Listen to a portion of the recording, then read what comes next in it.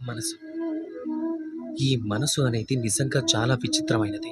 శరీరంలో ఇది ఏ చోట ఉంటుందనేది ఎవ్వరికీ తెలీదు. కానీ సంపూర్ణ శరీరం ఈ మనసు కోరికల్ని పూర్తి చేయటానికి తన ప్రయత్నాలు తను చేస్తూ ఉంటుంది. ఒకవేళ మనసుకి ఏదైనా తినాలి అనిపిస్తే మనిషి తన ఆకలిని తీర్చుకునే మార్గాల కోసం వెతుకుతూ ఉంటాడు.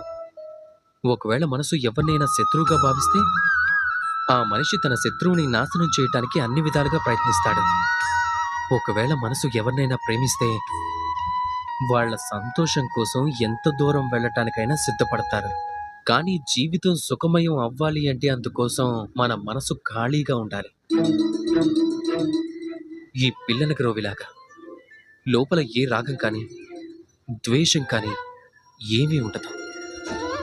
అందుకే గాలి ఊదగానే స్వరం బయటకొస్తుంది. ఈ ప్రకారంగానే మనసుని భావనల నుండి దూరంగా ఉంచటం చాలా అవసరం.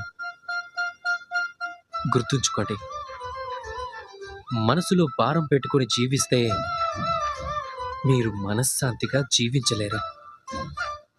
రాధాకృష్ణ.